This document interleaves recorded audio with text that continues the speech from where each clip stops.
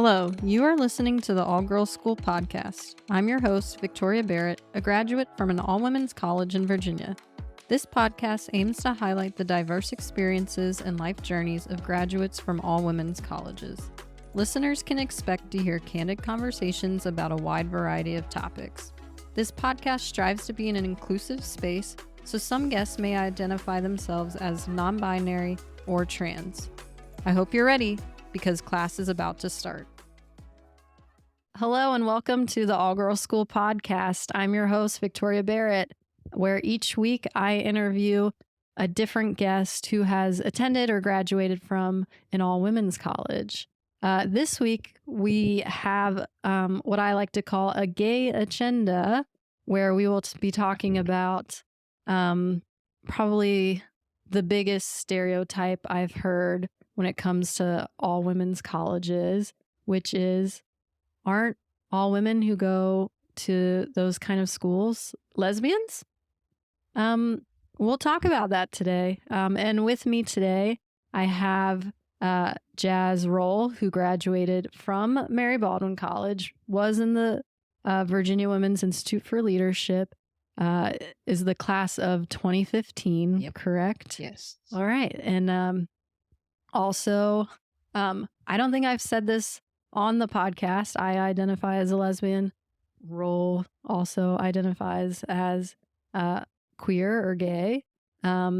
Lesbian, however, whatever, you know. I All like the above. I honestly like saying queer because I feel like it covers, you know, a lot of things. For Like sure. I don't necessarily have to say lesbian, but I do, like, if I'm being specific, I'll Right. say lesbian. But like in general, when I'm talking to like other people, I don't know about you, I'll just say like I'm You're queer. Yeah, I think if it comes up in conversation, usually I will refer to myself as being gay, but then I would say like I'm part of the queer community. Yeah. So yeah, Okay. it's literally anything. Yeah. And so both of us went to Mary Baldwin. You're a Yes. couple years younger than me. But so like at the time frame we went to college was like, you know, just a little over 10 years ago, Right. like when we were in college. So things were a little different. For sure. But do you think that that statement, that stereotype is accurate?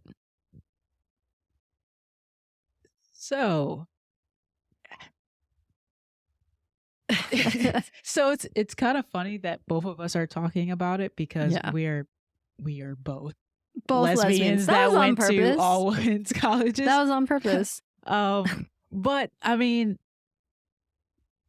obviously no, but I think that in both of our situations, but in my situation in particular, it was just interesting to see the different situations in college where I was talking to women that I thought were fully into women completely, or at least, you know, were fully a part of the LGBTQ plus lifestyle. And then that was not the case after college.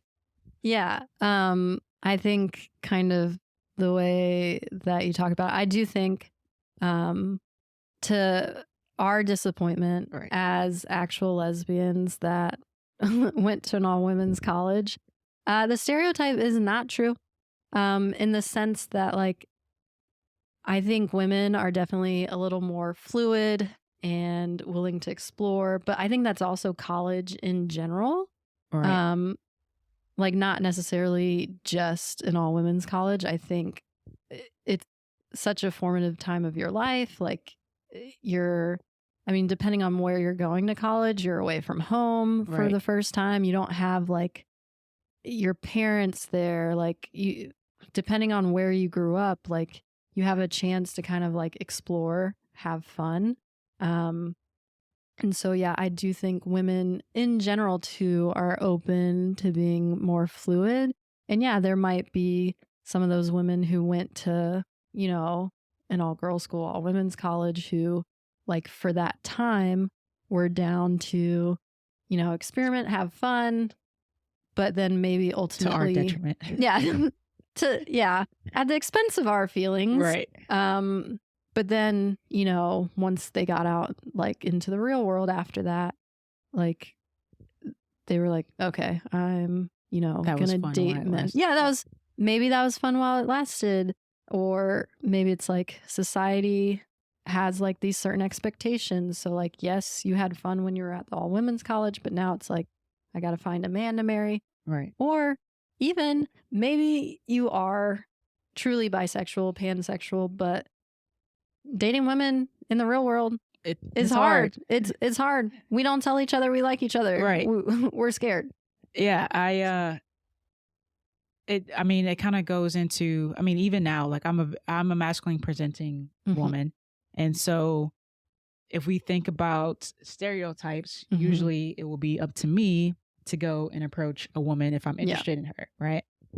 And that is so hard because there are feminine presenting women that are queer, but I don't know that they're queer. Yeah. So I end up I've never approached any woman that I've dated ever in my life, or woman in general. I just don't do it. Yeah. And we have similar personalities to where we're a little more reserved, shy, quiet. Sure. We're not embracing, we're not embracing our swag, which I know I tell myself, like, embrace the swag. Like, it's okay to like be rejected if it's not there. And then I tell myself that, and then I still don't do it. Yeah. Then I still chicken out. But yeah, like even like you being mask presenting, you would think that maybe, queer women would, hope or expect you to hit on them, or vice versa. If they know they're into like women, and especially mask presenting, maybe like they were like, oh, maybe I can flirt with them.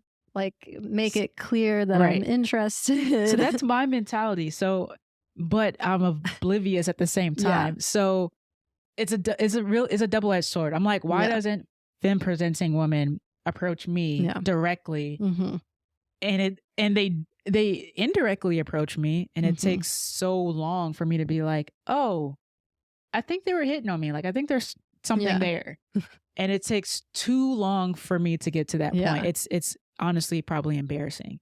But yeah, if feminine presenting women can approach the masculine presenting woman, that would be great. Yeah. But your situation is even harder. Yeah, my situation, like, I am feminine presenting, and I have to come out all the time. And even when I am out and it's like very clear that I'm out, men still think it's okay to shoot their shot.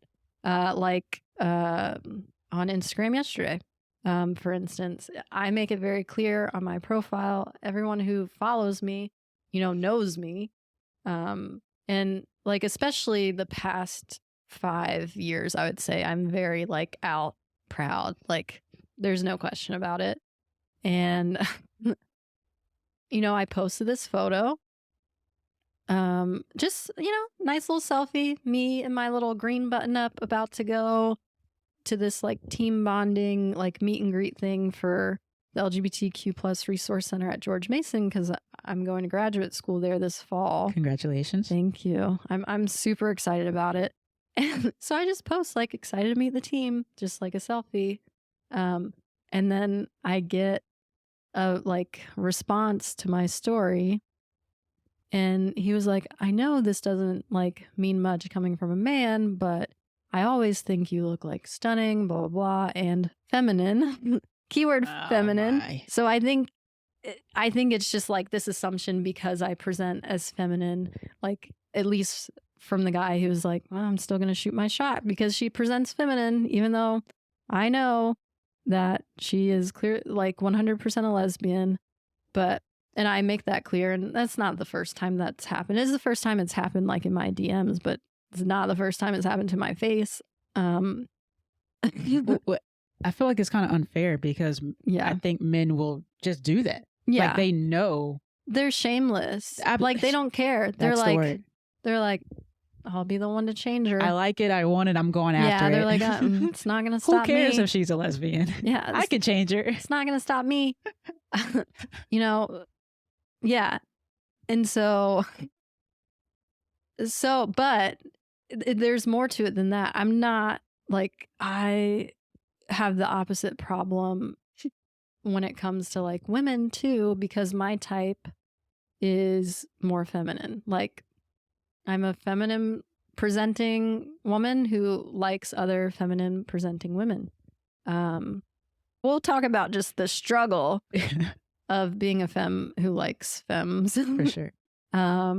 Is that obviously I present as femme, so I do, like, I thought this tattoo would help, but it's, you know, it doesn't. What's your tattoo say? It says love is our truth with like a rainbow. But then I realized it's actually not in like a good spot, and you have to really be paying attention at this to point, see like you'll the probably rainbow. have to be like, I know, trying to look at your boob area to. I know. Which then they'll be a lesbian anyway. Yeah.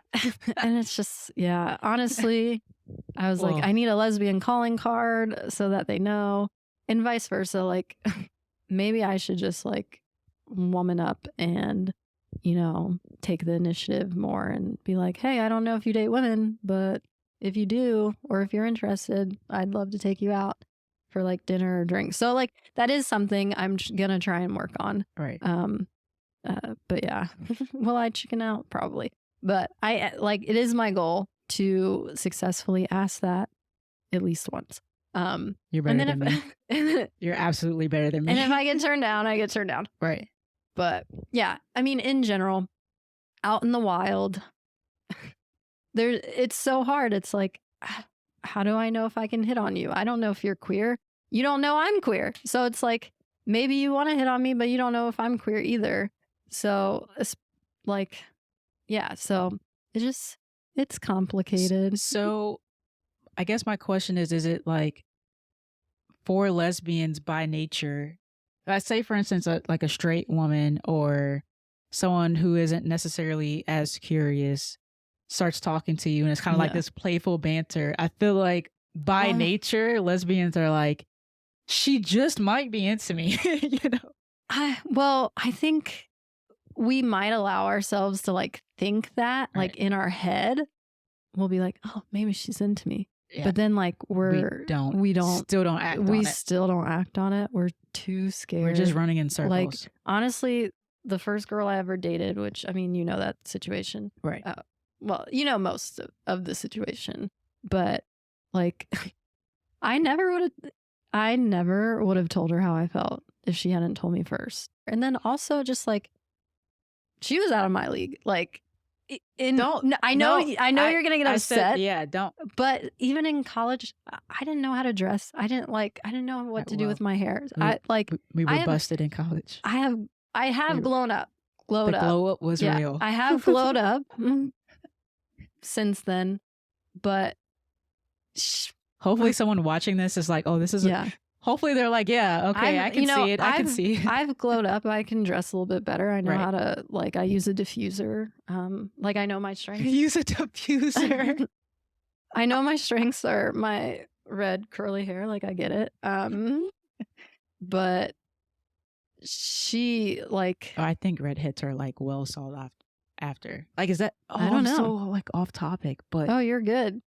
Have you heard that? Like, I don't know. I do think redheads do fall in people's type. I do think there are people who absolutely like love redheads, which, I mean, hopefully there's a really femme. There's a femme out there who falls in that lane that I haven't met yet. So I guess my next question is do you think, I guess obviously now you'll be more comfortable approaching her now, or do you think, I guess my question is, someone like her? Well, do you still have this feeling that someone could ever be out of your league? Oh yeah. No. I know I shouldn't. It's like an insecurity thing. Like, but yes, I like, as much as I like try and like avoid that negative self-talk. Right. It's easier said than done. Honestly, women are just so picky Very Like, true. and when you go on these dating apps, like that's another thing is like, it just whenever getting a match is so hard. It's rare. And then once you have the match, like if you actually like meet up is even rarer. And then like hitting it off. That's another reason why it's like I'm telling myself, all right, you need to like embrace going on these dates. But also like, I feel like there's so much more pressure. Mm-hmm. And I'm like, I just need a vibe check first. Is the conversation flowing? Like, do I feel comfortable around you? Do we enjoy each other's sense of humor? For sure. Or like, and some of those things can happen. Like you can enjoy the conversation, but not necessarily feel like a romantic spark. Right. And so I almost would rather like default to friends. And then if it turns into something more later, that's okay. That's like huge for me. I think being friends first in general, like even if you like immediately hit it off, kind of having the no pressure of just we're going to hang out because we're two friends going to hang out. But yeah, I think just being able to, I think we're both, like you said, reserved. So I think in person, if we can kind of, especially in a group, then we can kind of sit back and not talk and kind of analyze the situation. And analyze might be the wrong word too, but just kind of soak in everybody's observe. Yes. Soak in everyone's vibes and everything. And then once that person kind of hits our fancy, then it's kind of like, okay, it's this one where you don't get that on an app. It's just who are they on paper or on the screen?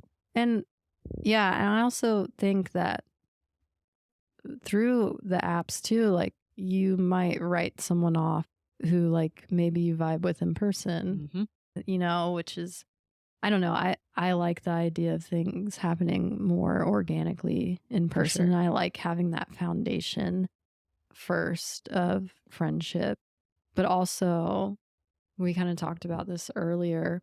I need an emotional connection. So if you are feminine and you like me, just tell me.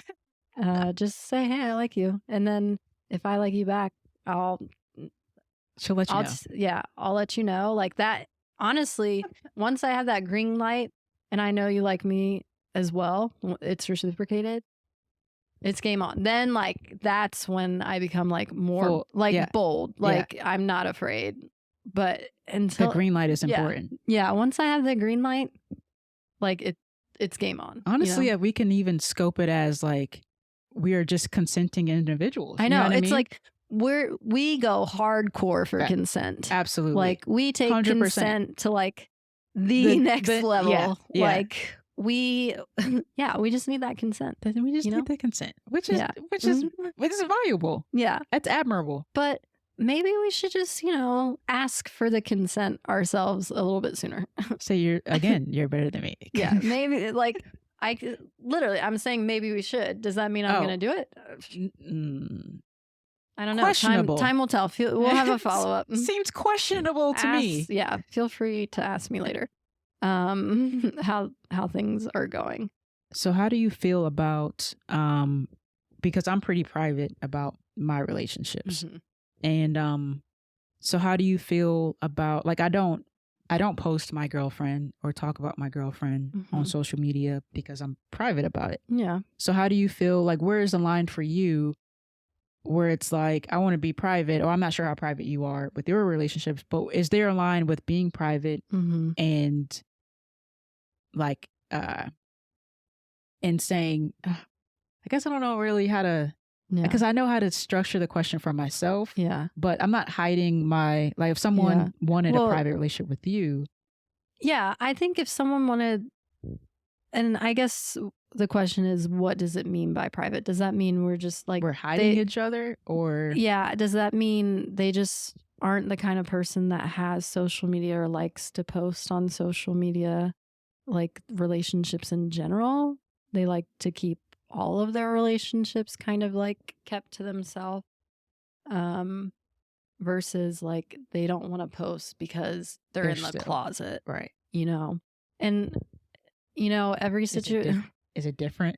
Yeah. I mean, it's hard to answer that because I feel like it all depends on the situation. I was listening to this podcast by Ali Colbert, and they were talking about like they think that there are a lot of straight women out there who, you know, find themselves interested and curious, and they called it like they're looking for the starter kit lesbian. So like that very masculine. They don't necessarily have to be masculine because the guests, Ali Colbert and her guests were both like feminine presenting. And the one that was feminine presenting, she was like, yeah, I was willing to do that for a while. I was willing to be that starter kit lesbian. And I like went into daddy mode and absolutely loved it and figured out like that was my thing. And she was okay with doing that for a while. And I mean, went into daddy mode. Yeah. I even felt weird saying that. I was like, technically, I understand what she's saying. And I feel like I am like that, but I would feel weird not calling myself that. No, that's a I don't want to call myself that. Me. Yeah. Like my first question for them would be, can you do like a committed relationship? Because me personally, I am looking for a long-term relationship. I'm not like here for a good time. Yeah, I'm not here for a good time. I am actively seeking like a life partner. That is like my priority. There might be lesbians out there who are willing to like, if you don't see an actual future long term, like to where you could potentially marry a woman or at least commit. I'm not saying everyone has to get married, but be in a long term committed relationship, then that wouldn't work. That wouldn't work for me. I would have to like make those boundaries very clear. Like, okay, if we date, like, it has to like it's serious. Like, I just don't date to date. Right. You know, like you have to be willing to see yourself, like, being in a long-term relationship with me, and potentially like if marriage is something you believe in, like getting married. Absolutely. Mm-hmm. But yeah, it's complicated. It is complicated. I say that, but then also once I do fall for someone, I'm a sucker. Like, absolutely. I'm just like in the palm of their hand. Yeah. What do you want? What? Massages? Food? Yeah. Trips? Let's do it all. You got it. I think that's like our Achilles heel too, though. Yeah. Like, I think you said something earlier, like chivalry isn't dead. Yeah. And not with, for us, right. Like, yeah, we're very similar. Yeah. Like, I feel like, and so, yeah. I agree. Yeah. Like, chivalry is not dead. Like, men might be doing it wrong. Yeah. If you're with us, men might be doing it wrong, but like, and this might sound cocky, but we know what we bring to the table in a relationship. 100%. And, you know, we're going to listen to you actively. We're going to, well, you're in a relationship, so you're doing that right now in your relationship. But no, I'm just saying, like, talk your shit, because someone out there needs this and they don't know it yet. We're going to, I guess I'll say since you're in a relationship, but you know, we're on the same page. Yeah. We're going to actively listen to you. We're going to genuinely care about the things you're telling us. We're going to find little things to make you feel special and feel seen and feel heard.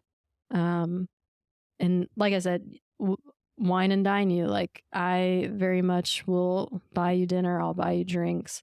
And I'm not saying that you can't do that too. Like, it can't be a partnership. It's not a materialistic thing at all. It's not, it's not a material thing. It's just like, I want you to know that like you're valued and things like that. And I'm actually going to like communicate my feelings. I'm like, you're never going to have to guess with me. And things like that. Yeah. Like, just genuinely all the things that men do to mess up relationships, like infidelity. And this is my personality type. Right. When we were talking about Myers-Briggs and 16 personalities. So this is like very much, I can't speak for all lesbians, but I can speak for myself. I'm very loyal. And so if monogamy is something you're interested in, like, hit her up. Yeah. Hit me up because I'm interested in monogamy. Very loyal, and you'll never have to like second guess like who I'm Your talking intentions. to and Right, my right, right. intentions and stuff like that. That was definitely in my current relationship. like I get like I'll tell we just had this conversation recently. She was like, you know, I haven't heard from you in hours. Like I never like my first thought isn't, oh, she's talking to someone else. Yeah. It's just she's busy and she'll get back to me when she can. And I thought that was so refreshing to hear, because for me, like the number one compliment to me is you trust me. Yeah. Because trust is so hard to gain and then to keep. And so, you know, to hear that, like, man, you know, and it kind of like people can take advantage of that. You know, you trust me fully and I can go out and do whatever I want to do. But since you trust me so much, like, you don't think anything of it. And she never has to worry about that with me. And I would never break that trust. So it's just, it's a nice thing to hear. And it was dope to know that that's not a concern of hers. And vice versa. So. Okay, so I do want to kind of transition a little bit, go back to, you know, when we were in college, as far as what our experience was as far as like learning about our sexuality, because it was definitely a time where, you know, there wasn't as much representation. So I think it was more common for, people to come out a little bit later. And so kind of like what kind of role going to Mary Baldwin played in that experience of coming out or like realizing your sexuality. For sure.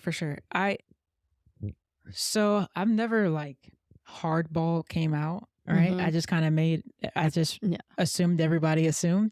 Yeah. And so, but I mean, I knew probably around the fourth grade, like I don't think she's ever going to watch this podcast, but Monica Duresti in my fourth grade class was my first crush ever. And I was just like, so going from there, like I kind of knew throughout, I kind of like the stereotypical, didn't want to wear dresses, didn't want to play with stereotypical girl toys or whatever. Just I don't even want to say that. That wasn't even, because I play with Barbies and things like that. I think it was more I wanted to be out with the boys. Like I wanted to play football in school. I wanted to be, you know, I didn't want to play make believe outside. I wanted to be, you know, rough and tougher and things like that. So that was kind of school age. And then just, you know, pressures from my mom made it so that I didn't want to like disappoint her or do something that she didn't necessarily like. She's great now. But so I think I kind of suppressed everything until college. And then when college came around, that's when it was like, I can dress however I want to dress. I can be whoever I want to be. You know, there's it's a whole new world, right? So I think it was kind of like, I almost wish that it wasn't, like, I don't regret it, but I almost wish that I had more experiences in high school or even middle school, because I think like the first woman that was interested, it was like, all right, I'm just going to go with it. Like, I don't even care. I didn't even ask any pertinent questions. I didn't ask, you know, like, are you really into me or are you just, you know, here for a good time? It was just kind of like, all right, cool. You like me?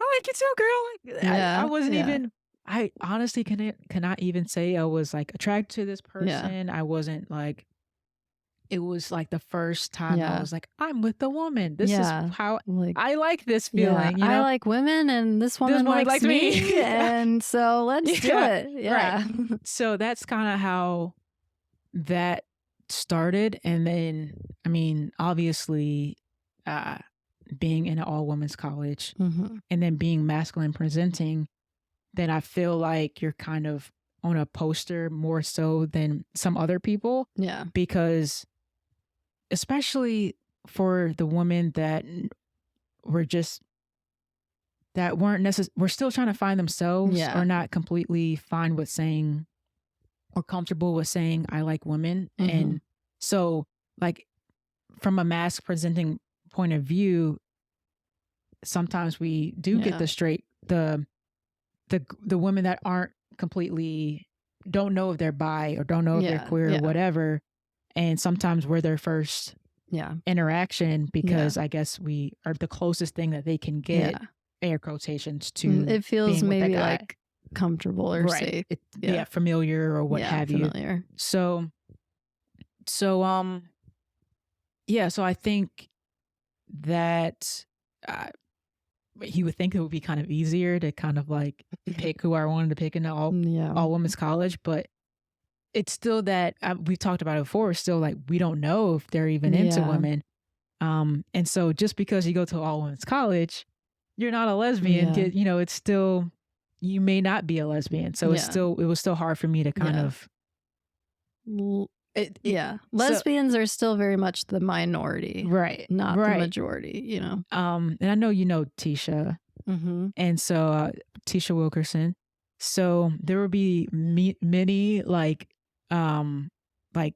girls that I would be in like class with or something, and I would say, and I would talk to Tish, and I'll be like, I wonder if she likes girls. You think she likes girls? Like. Oh no, she has to like look like it was so many too. I think I was just like,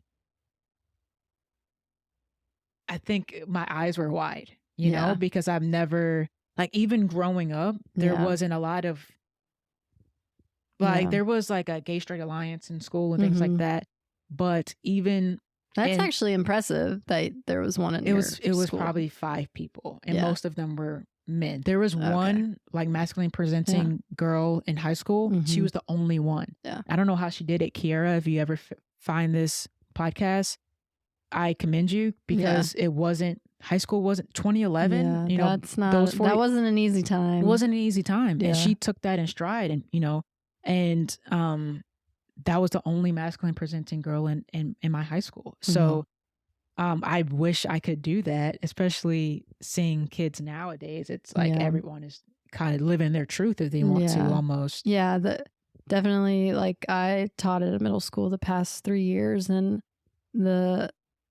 just how comfortable, at least at school, I will say, like at least at school they are with being themselves. Right. I know some of them would say, I'm bisexual, but like my mom doesn't approve. So like they know.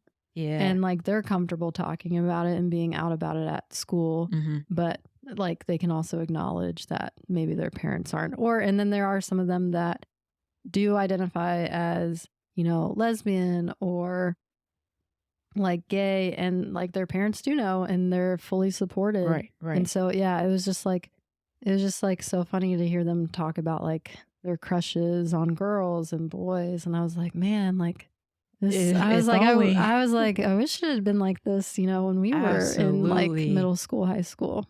I think, I mean, again, I don't regret it, but it just set me up, I think, to just latch on to the first person who was like, oh no, like I'm in this for the long haul. Like can be like, I want a relationship with you. I don't want to just sleep with you because I want to know what it's like to be with a woman. You know what I mean? So all in all, I mean, I've kind of soft came out. I think my mom, it's a big elephant in the room for us. Yeah. But she knows it's not a secret. I wear what I want to wear. I say what I want to say.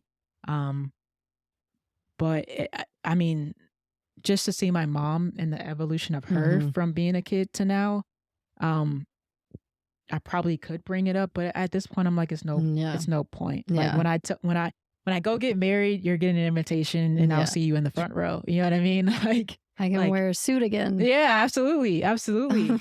Speaking of suits, Roll and I were at a mutual friend's wedding a couple of years ago. I think 2 summers ago now. Yeah. Man. And time flies. We both wore some very nice power suits. Yours was like a nice 3-piece, Yeah. like gray plaid type pattern. And then mine was, I was a bridesmaid. And so mine was like this bright pink, like tux style. It felt good. I'm not going to lie. It looked amazing. It like felt you feminine, stole the show in that. Like I love how feminine I still felt, but just like powerful. But honestly, it was like feminine with very like masculine energy though. Yeah. And I don't mean to, if that wasn't what. No, you're good. I think like it was like,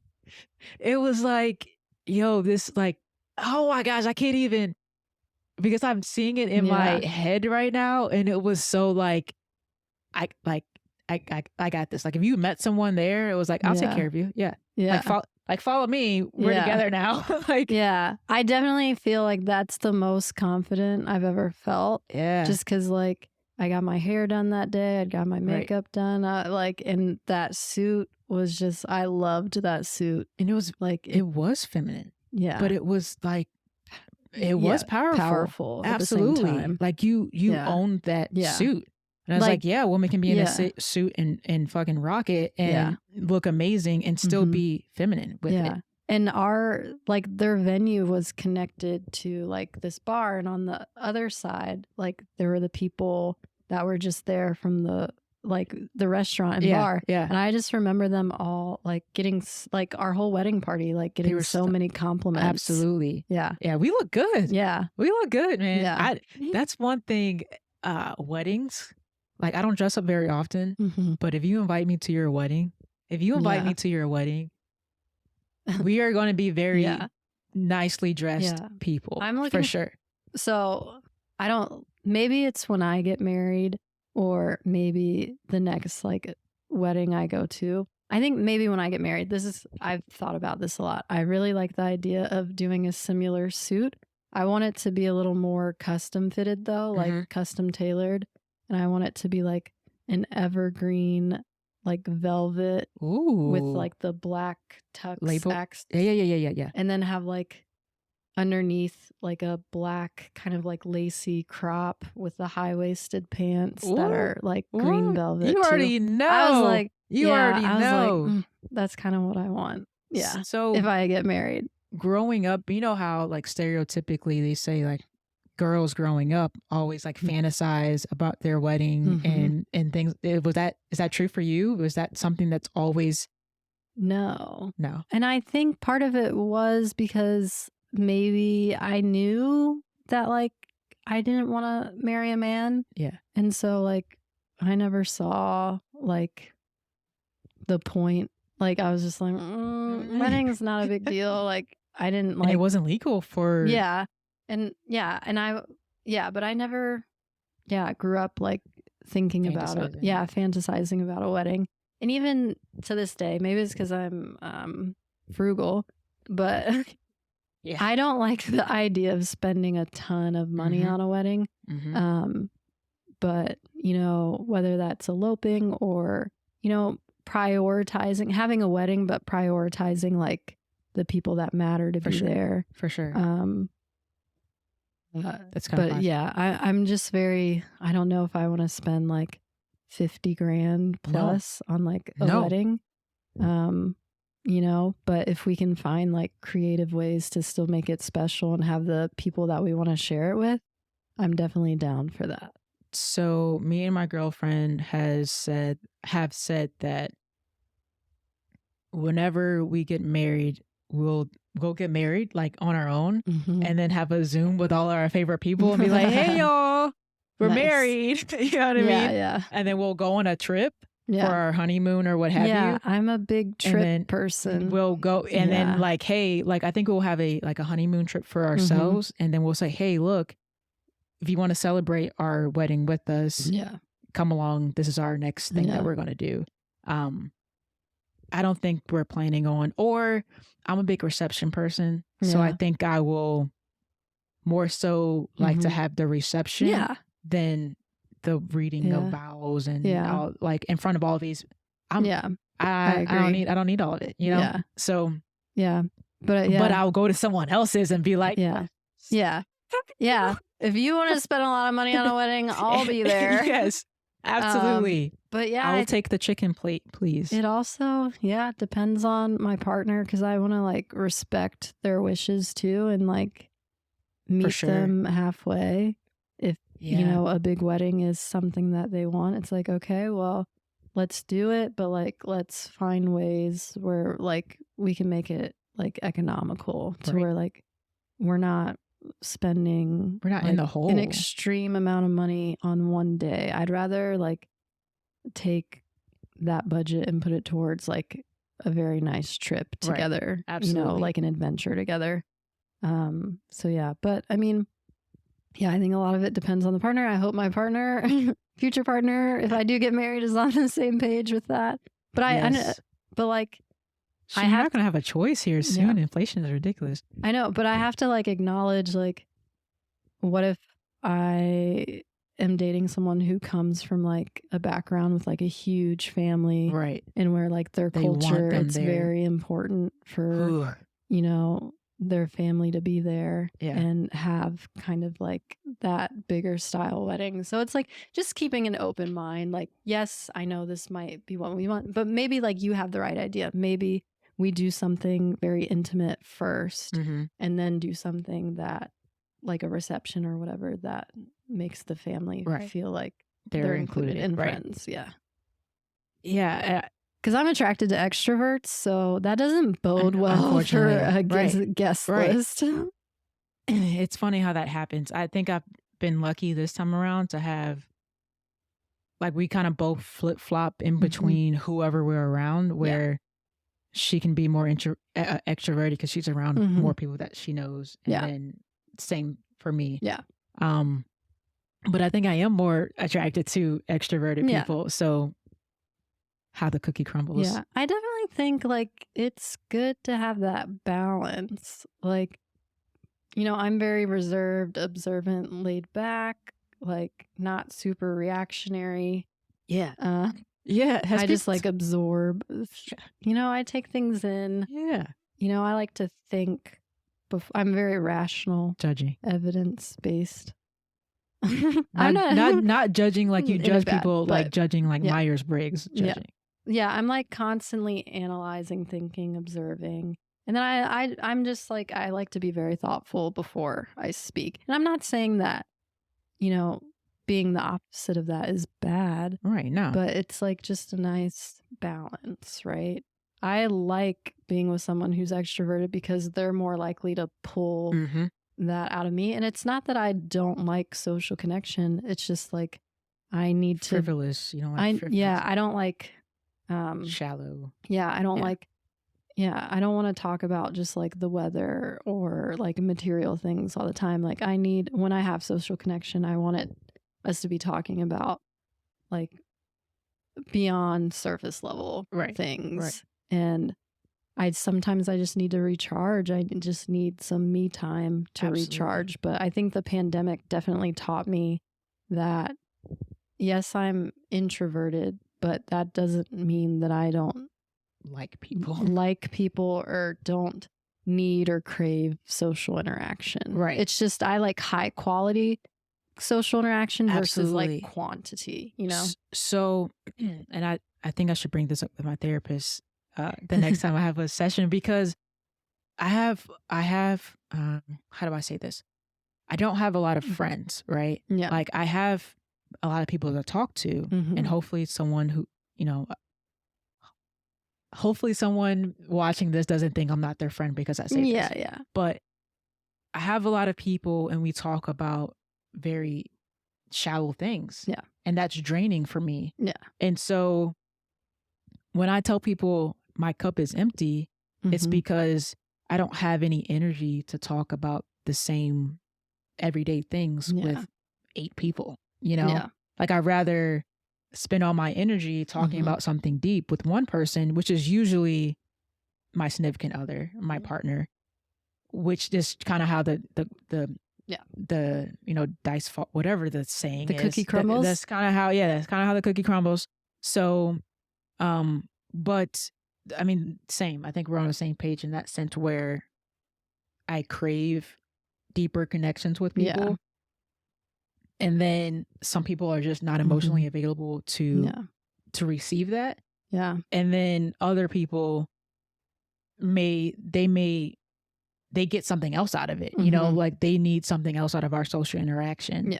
Which it's fine, but for me, I have to put them on a different level, or like I have to give a different percentage of my life to them. They're in like a different category. Right. Yeah. So, yeah, I mean, I get that. It is what it is, but I think with everything that's going on, I kind of think everyone's kind of drained. So why not talk about, you know, something of substance? Because at the end of the day, the shallow things run out, you know, and what do you have after that? Like, and it's just like, it creates like a deeper relationship and trust. And like, if you can talk about those kind of things, like just being able to count on people for sure. And stuff like that. You said something that made me think about, like maybe it's like the type of connection or emotional, I don't like being emotionally unavailable or having a deeper connection with people. Yeah, having a deeper connection. I feel like I resonate with that. Like when we were talking about coming out and our queer experience and stuff, like for me, coming out and just like realizing I was queer at Mary Baldwin, like it was seeing like that representation. But even when I realized I was queer, like I didn't realize that emotional connection was so important to me. And I just thought like, you know, I couldn't feel anything. There was times where I thought I wasn't necessarily capable of love because I know that sounds horrible, but there were times where I think we talked about this earlier, where like once I realized I was queer, I was like, I kind of forced myself to like see, okay, who is like someone that everyone is like crushing on. Right. Like that's desirable. That's who I should have a crush on, right. You know, not realizing like that's not how it works. So I think I like told myself that I needed to have a crush on this person. Right. But it wasn't gonna work. That wasn't gonna work. And then when I did meet, you know, my girlfriend that I ended up dating towards the end of college, it was like a light switch, you know? Right. It was like as soon as I met her, I was like, oh yeah, like this is what it's supposed to feel like. this is what it's supposed to feel like. So like I never realized like how important that emotional piece is. And I think it's important not only for me in like romantic relationships, but like friendships as well. For sure. Like being able to connect and feel comfortable, feel like you can like talk about almost anything. Right. You know, that's why I feel like I don't have a bunch of people that I would consider like close friends, you know? For sure. Yeah. And I think people get like so bent out of shape about that. And it's like, we'll do something better, you know? Yeah. But like, and, but on a serious note, I think, I'm losing my train of thought. I think, shit. Oh, you're good. I'm losing my train of thought.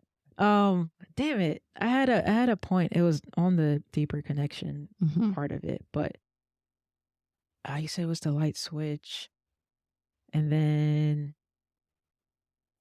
I lost it. Sorry. That's okay. I'm sorry, but I don't want to make it seem like you had something to talk about, and then I'm like switching it back to a topic about myself. No. Damn it.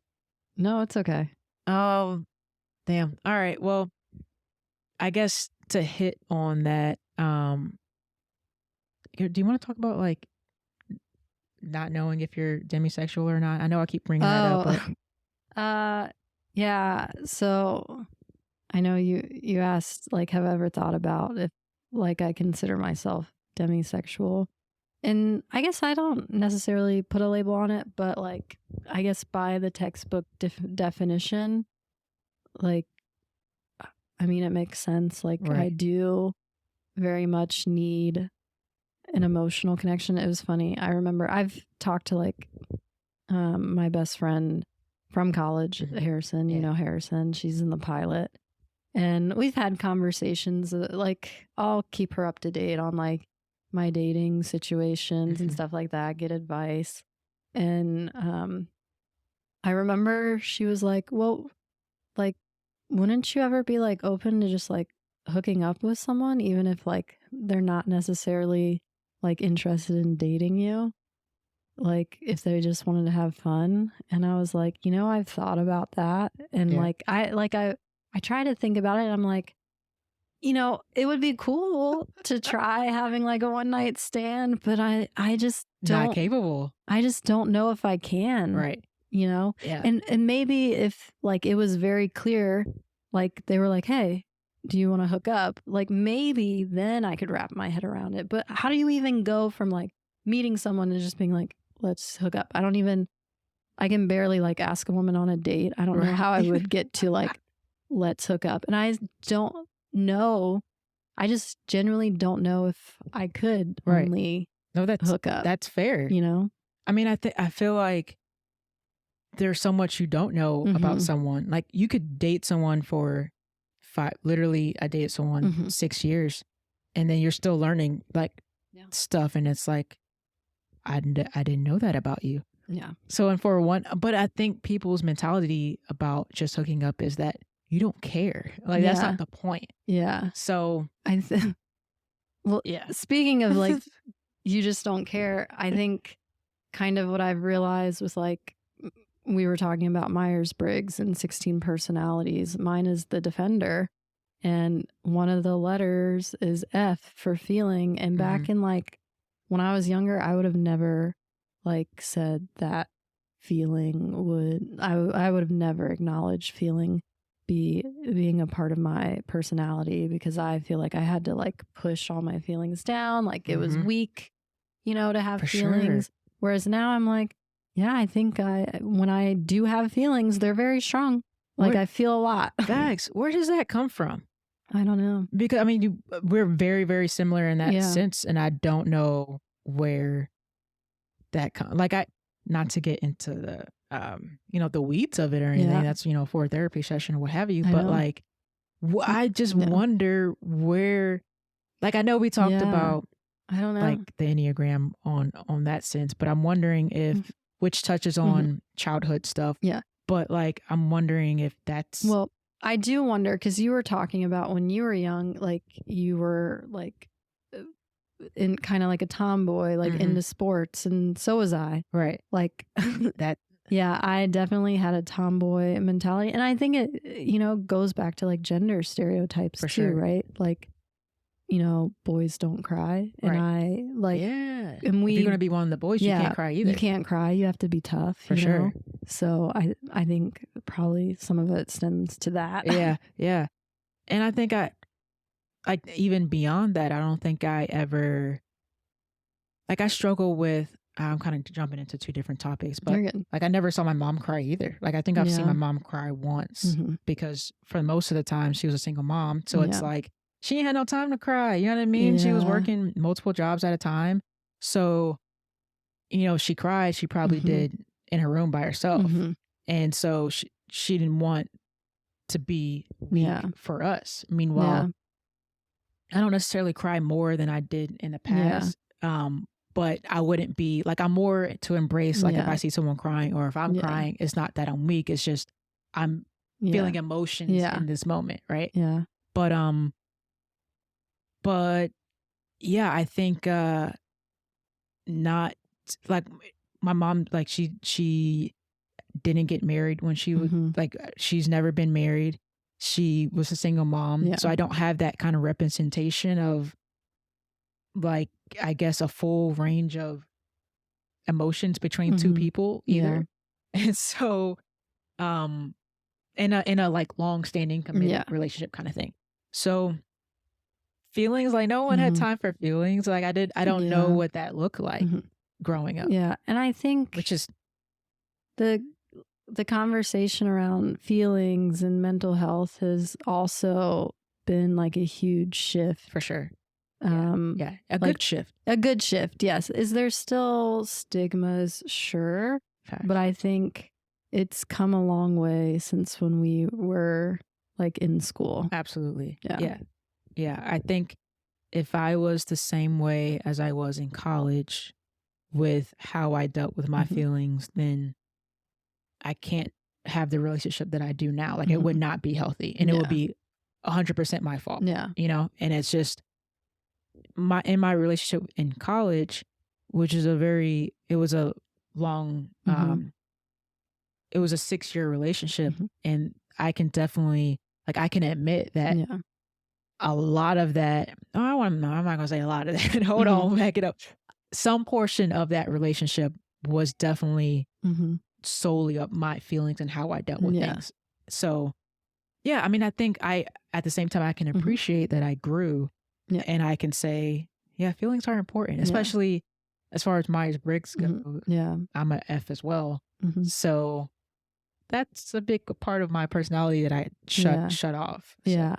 And kind of like to tie into what you were talking about, I just had the thought, and now we've been talking for a while. It's leaving me. But oh man, Myers-Briggs. Mental health. Was it tied to mental health? Kind of like what we were saying about how like the landscape and the conversations around like feelings and mental health has changed. I think millennials and Gen Z, I think if you listen to podcasts, if you listen, like the topics are geared towards encouraging personal growth, like knowing what your attachment style is. Like going to therapy, like finding like the root causes for things that are causing issues for you in like relationships. So it's very much there's very much like a venue of where we're talking more about it. We're like figuring out, you know, attachment styles, our personalities, and there's, I think, just more awareness of us like wanting to have that growth for sure, and actually seeking out those resources to get better. And like that's kind of how I like envision all of my relationships too. It's like I don't want to look at them as like mistakes. I want to look at them as like, I want to have that hindsight. I want to reflect, and I want to see what things can I work on and get better at. Like what kind of held us back? Were there any tendencies I had or insecurities that, you know, caused shortfalls and things like that? Yeah, it's funny because you said, you know, you don't want to call any of your like past relationships mistakes. Yeah. And I don't want to call them that either. And I don't want to regret them. But 100%, my college relationship was like started on an absolute misunderstanding. Yeah. Just to tell a funny story. Like it was a song that came out. It's always a song. It's always a song. So it's a song that came out. I'm not going to say what it is. Oh man. You'll have to tell me after. I will. Okay. I will. I mean, I guess I can say it. It is. Well, I don't. It's people are so close to the situation. Yeah, so feel free to tell me after. I will. Yeah. But so okay. So it was these like lyrics in the song, and so I like asked her the song was playing, and I asked her. I was like, would you like from the song lyrics? And she's like, are you like? It's kind of hard to say. Yeah. She's like, are you saying you love me? And I was like. Yeah, I love you. That's funny. So, in that sense, like, and you know, I think some people have the mentality of like love and in love are two different things, and I think I very much loved her in a sense of, like I loved who she was as a person. Yeah, but I don't know if there was ever like a in love. Yeah, and I'll take that. I'll kind of take that away because I think. Knowing how I felt after we broke up multiple times, but knowing how I felt after we broke up the first time. It's a stereotype too. Yeah, absolutely.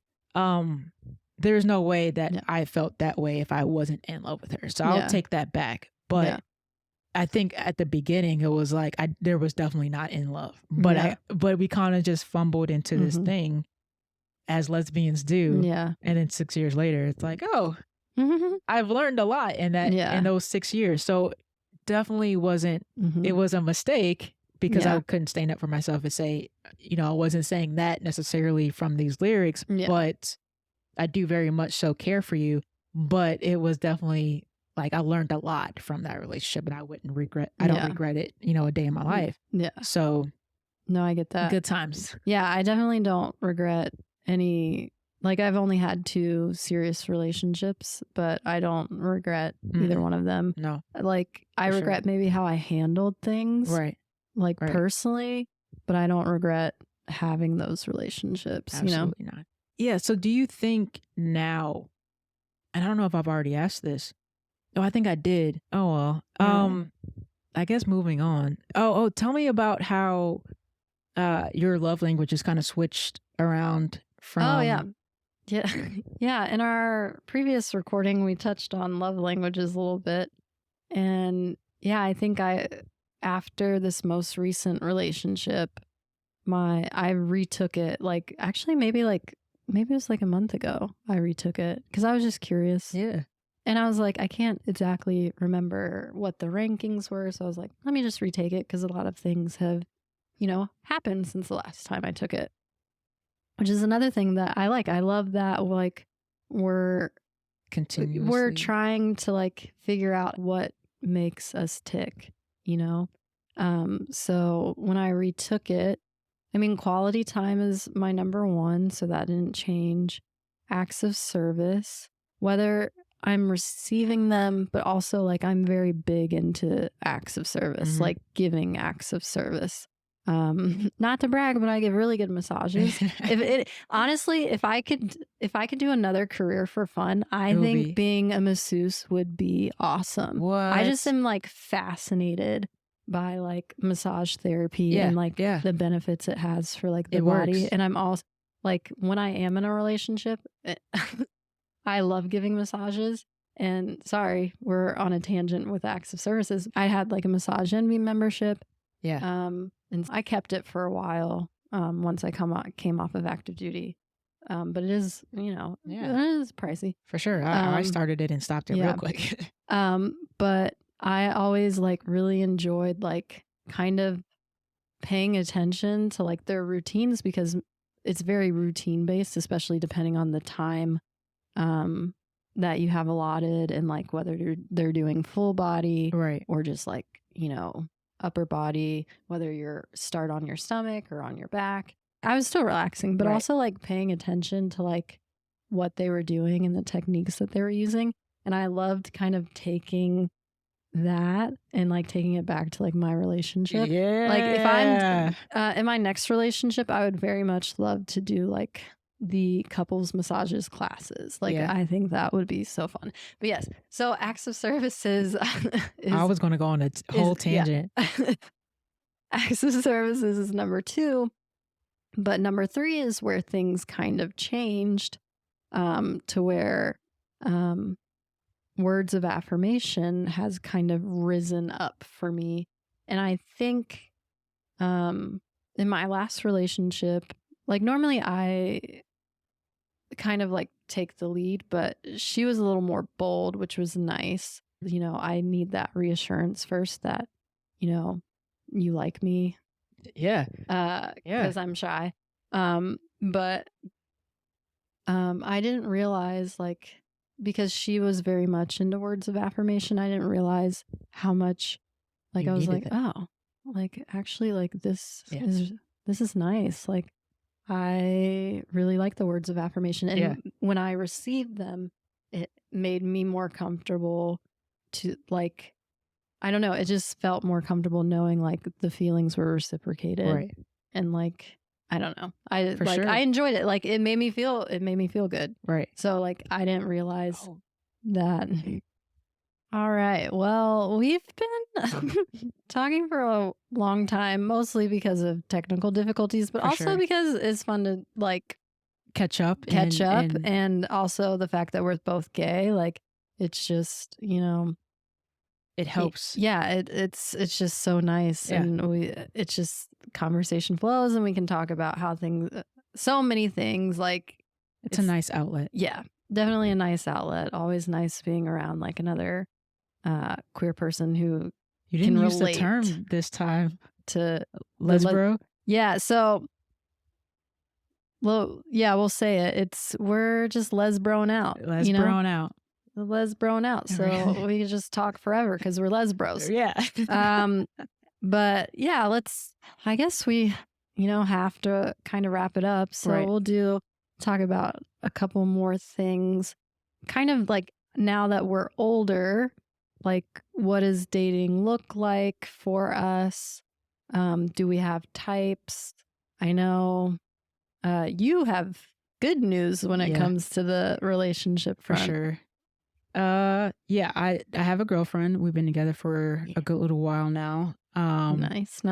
So I think the biggest thing from my serious relationship in college to a really big situationship to my relationship now. Yeah, a relationship. Yes, for sure. Keyword relationship, Absolutely. not situationship. Absolutely. And I think now it's just the mutual, like, it's a mutual, I don't have to worry if, she's as into me as I am into her. Yeah. She is bi, but I don't have to, I did have insecurities in college and things like that, but I can, as I have gotten older, I can still say, okay, you're bi, whatever, who cares? You're with me now. Yeah. And then I still get that kind of mutual, like, yeah, I'm into you now. You know what I mean? Like there isn't a question or anything like that. It's not there's no hesitation. There's no, do I have to wonder if, if I'm here for a good time or if she really is interested in a long-term, relationship with me. So it's a breath of fresh air. She does the same thing that I do. So I don't have to, I go through a lot at work, so I don't have to worry about coming home and kind of filtering what I say and what I don't say. I can just lay it all on her and she's like, yeah, I get what you're coming from, That's cool. Or, it's nice. Yeah. It sounds healthy. It's, so, but as far as like my type, I think I've said this earlier, all the people that I've been with look completely different. So it's not necessarily I have a type in my head. Like I have I think this type of person is very attractive. Yeah. But as far as my type, like personality wise, I don't know if I didn't say this the last time, but I definitely like a driven person. Doesn't really matter if they're more extroverted or introverted than me. I kind of go for the person that everyone gravitates to in a room.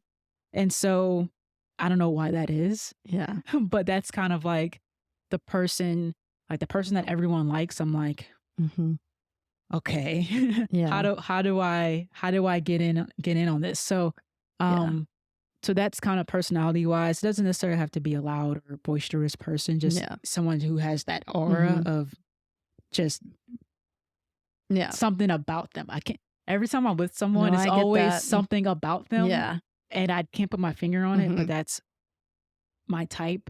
And just someone, and I didn't say this last time, but I like someone who can have their own life and then come back and we can have a life together.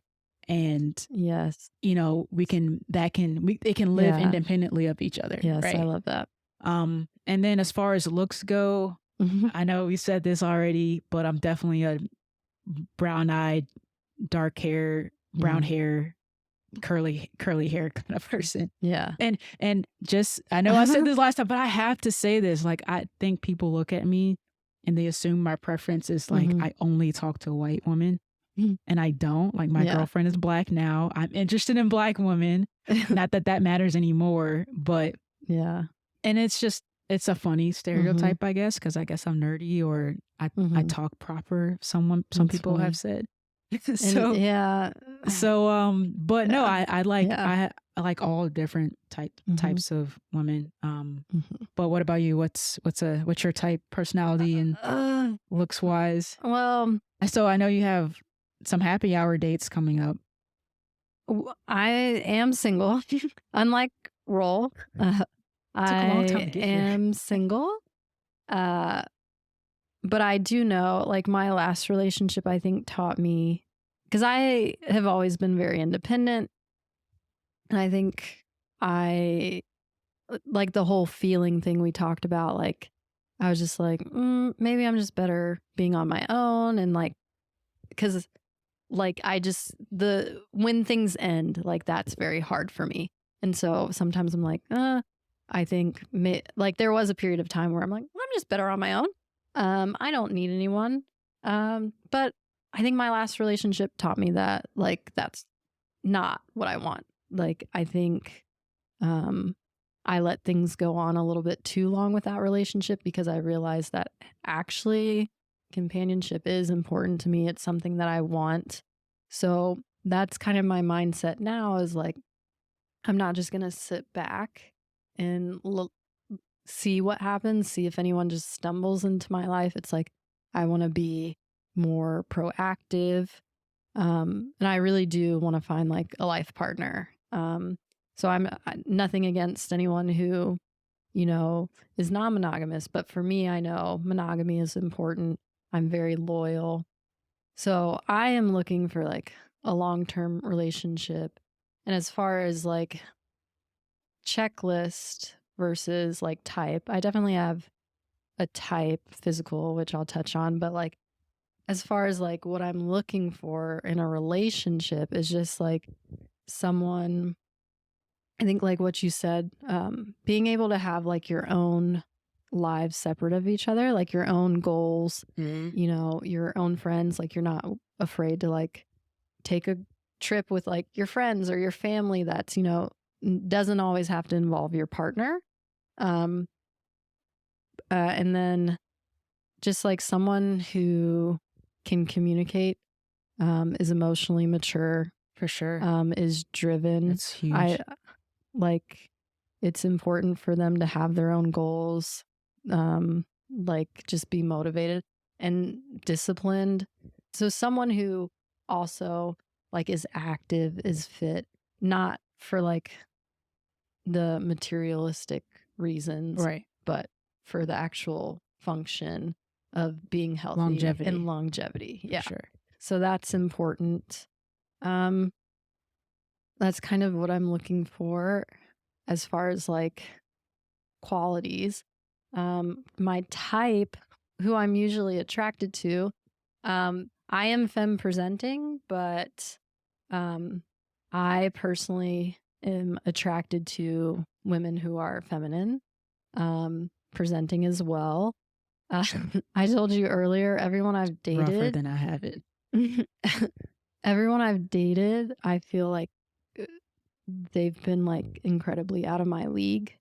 How many times do I have to say stop? I know, but like that's just how I feel. And for multiple reasons, like they're extroverted. So like you said, they're kind of that person that people are naturally drawn to. Yeah. Even the person I dated in Colorado doesn't claim to be extroverted, but they're an extroverted introvert, in my opinion.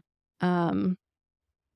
And then typically dark hair, a little bit shorter than me. I've never dated anyone taller than me, but I think that's because of like that thing we were talking about. It's like ingrained to where like we kind of gravitate toward the stereotype of being like the male and the provider. Yep. So I think that height dynamic probably has something to do with that. Right. I'm not like into like blondes or like stereotypical like white women. I guess I love like love culturally diverse women. I'm an international relations major. I honestly believe that sometimes I'm like, I don't think I'm gonna marry an American. I don't. I like love cultures that are different from mine. For sure. And yeah, I'm like very open to women of other cultures, and I honestly find them more attractive. If we're going to talk physical appearance. Yeah, for sure. Yeah, I always hate to talk about like physical stuff because I think it's so much more than that. Absolutely. Because I am an emotional connection. Yes, your like physical looks might initially catch my attention. Right.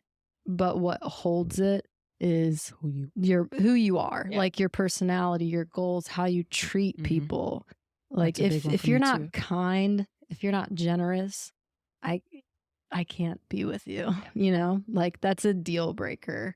If we can't have like meaningful conversations, like honestly, this is a lesbian thing, but I feel like lesbian dates are always super long, especially if you're like hitting it off. Right. It's just like you're literally like talking forever. Everything. Yeah. Sharing experiences. There is a joke that sometimes we have like 24-hour dates. Yeah. Yeah. But like that. It be like that sometimes. Yeah, it is like the emotional connection for me is the foundation. And then everything else is after. But yes, I have, like I said, I've dated women who physically are attractive and out of my league. I don't know how. They're not. But I don't know like how. But I pinch myself sometimes. I'm like, what? Like, why me? Yeah, so that's kind of where I've been in the past. And yeah, I do have some happy hour dates lined up, and I am trying to go outside of what I'm typically attracted to. Like one of the girls is tall and blonde, which is different, but we have a lot in common. And I know like from our interaction very quickly if I'm interested romantically. Like it's either there or yes or no. not. Yeah. And people are like, well, you need to give it a chance. And I'm like, it's not a song that you have to play like 5 times to start liking. I've just learned I either feel it or I don't. Yeah, that's a gift. You know what I mean? Because I think some people waste so much time being like, I think I can. I think I can. And I don't like leading people on, because I went on some dates. I've been on dates even when when it was in between like my first relationship and my second relationship. I went on dates, but none of them had that connection that I was looking for. That and it factor. Yeah. And I was always very upfront. Like if they were being flirty afterwards, I didn't want to lead them on. So I would tell them, and I hate people who ghost. Like I've been ghosted and you know what? It sucks. But I won't do that. Right. I'll tell you, like, if I'm not feeling it, like I'll be like, hey, like, I think you're a really cool person. Like the conversation was good, but I don't see us like going past like friendship. Like I'll be very upfront. I'm not going to just like set up plans with you and never follow through. Right. I'm going to let you know if I don't feel that way. Mostly because like I know how it feels to be ghosted. Absolutely. And I don't want to do that to people. No, that's mentally abusive anyway. I would just want to touch on a couple of things. Yeah. It's nice to, this is why this is never going to end. Yeah. It's like, we just want to keep talking forever. This is lesbians for you. We could talk forever. Seriously. I don't know how I'm going to edit this. I know. Oh my. All right. Just really quick. Yeah. No, you're good. It's nice to separate between someone who's nice and someone who's kind. I think I've just realized that. I know people have said it, but you can be nice and it's like, oh, thank you, please, whatever. Yeah. But then you can be kind where it's like you're treating the janitor the same as the CEO, or, if the janitor drops his towel, you pick it up for him and not say that's his job. You know what I mean? Yeah. That's kind of my mentality on the difference between kind and nice. I like that. Like, and you're right. Not everyone does that. And it's just like treating every human, every person, regardless of like their status in life, their job, their educational level, like with dignity and respect. Absolutely. That's how you want to be treated. Yeah. And then my second thought was, I think it's funny because I think when people were in relationships in the past, I think they thought they made it when you made it to their therapy session. It's like, Yeah. oh, I brought you up in my therapy session. Oh, I meant something. But now it's like, I brought you up in my podcast. Like, does that mean you mean something, or does it mean, like it's you were worth enough to talk, to be in my podcast. I think it's funny. But it's like a mini compliment. Yeah. Like, and I know we've been talking for forever, but like, yeah. We don't wish, at least I'm pretty, I hope to speak for the both of us. So we wish all of our exes and ex situationships the best and their endeavors. Right.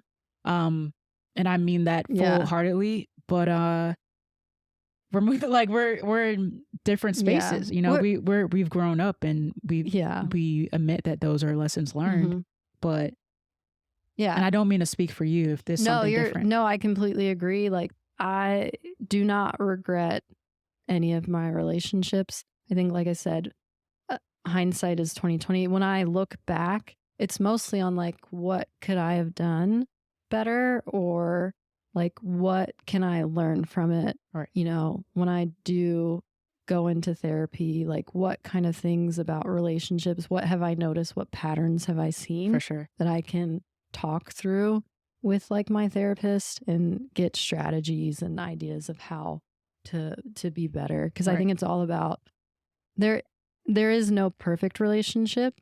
Agreed. I do think that there are people that are more compatible for you, but there is no perfect relationship, and you have to be willing to grow both as an individual, and then once you're in a relationship, grow with that person. As partners. For sure.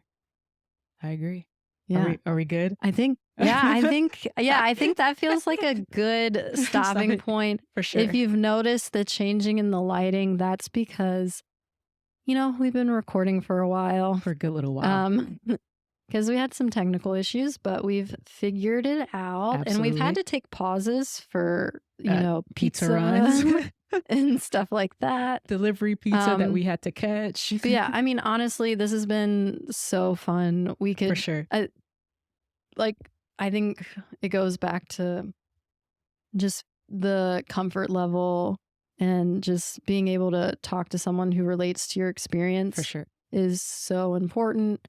And we haven't seen each other in a long while. Yeah, and it just kind of picked up like nothing. I know. It's like, I think that's like dope. yesterday. I think it's dope. But yeah, I'm like thrilled. Like, this conversation, not only have we been talking about like queer things, but we've been talking about like personalities, right. It's been a very growth. Like in-depth growth mindset conversation that I've really enjoyed. I didn't know we were gonna go this deep on certain topics, and it was fun. It was. I that's the difference between bros and les bros. So no, thank you for having me. Seriously, do you have anything, like, if people are interested in following you on social media, do you have something you would want to share, or you don't have to? Yeah, I don't post much on social media, but I will say that I'm more open on Instagram with like stories and things like that. Feel free to follow me. Do I have to like drop the if you want. It's original_wizard, so WZRD. Shout out to Kid Cudi. But yeah, so I'm just, don't drop in my DMs. I have a girlfriend. She would not like that at all. Yeah. But if you want to drop in the DMs just to like talk about deep topics, or like, I don't know if that's opening up a can of worms. But just to say hello, need a lesbro? Or like be you need a lesbro as a friend. Yeah. I would like to be invited, but I will not always go. I will say that. I am pretty introverted. But yeah, that's about it. Yeah. Awesome. Well, thanks again. Thank you. We'll have to have you back on, because this was fun. Please do. Do a follow up. Hey, like I said, we can literally talk all day. I know. But now it's time to eat pizza. Yeah. All right. Well, this has been great, listeners. I hope you have enjoyed this episode. And you'll hear from us again soon. See you.